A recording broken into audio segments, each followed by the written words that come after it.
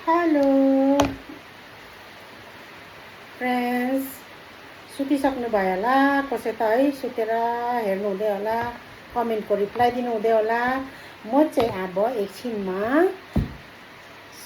Landing हुन्छु नि तब तपाईँहरूको कमेन्टमा, तपाईँहरूको पोस्टमा जान्छु है त।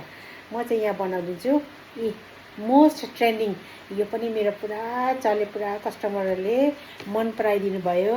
यसको लागि धेरै धेरै धेरै धेरै धन्यवाद। Thank you so much, thank you for supporting my small business.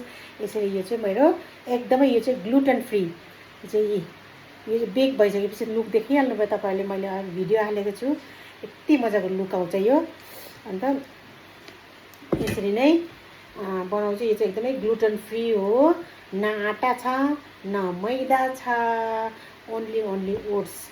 अनि तपाईँहरूले सुगर फ्री बनाउनुहोस् भनेपछि पनि त्यो पनि एकदमै बनिन्छ हो। तपाईँहरूलाई अर्डर गर्नु छ भने मलाई डिएम गर्नुहोस् हो। अनि तपाईँहरूले एकदमै फ्रेस, यो चाहिँ भोलि बिहानको डेलिभरी हो। यो चाहिँ फ्रेस बिस्किट्स, कुकिज तपाईँहरूले फ्रेस पाउनुहुन्छ। भोलि चाहियो भने म यसरी नै बनाउने गर्छु।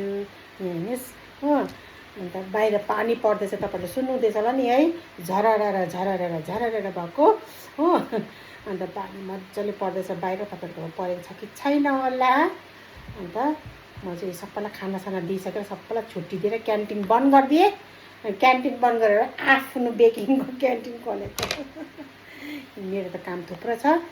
तपाईँहरूले अब मिठो have sweet dreams, okay?